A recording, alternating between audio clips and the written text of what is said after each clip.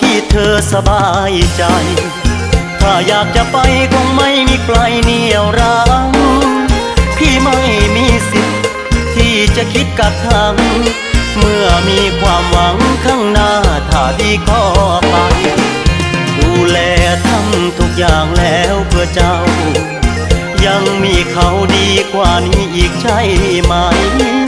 เอาโลดลาเอาที่สบายใจไปสาไปน้องลาเจ้าจงไปดีถ้าอยู่ด้วยกันมันทรมานบ่มีความหวานบ่มีความสุขเป็นทุกทั้งปีอ้ายยอมหลีกทางเปิดใจให้เจ้าเต็มที่ได้ยังจำสิ่งดีๆที่เคยมีต่อกันมานาน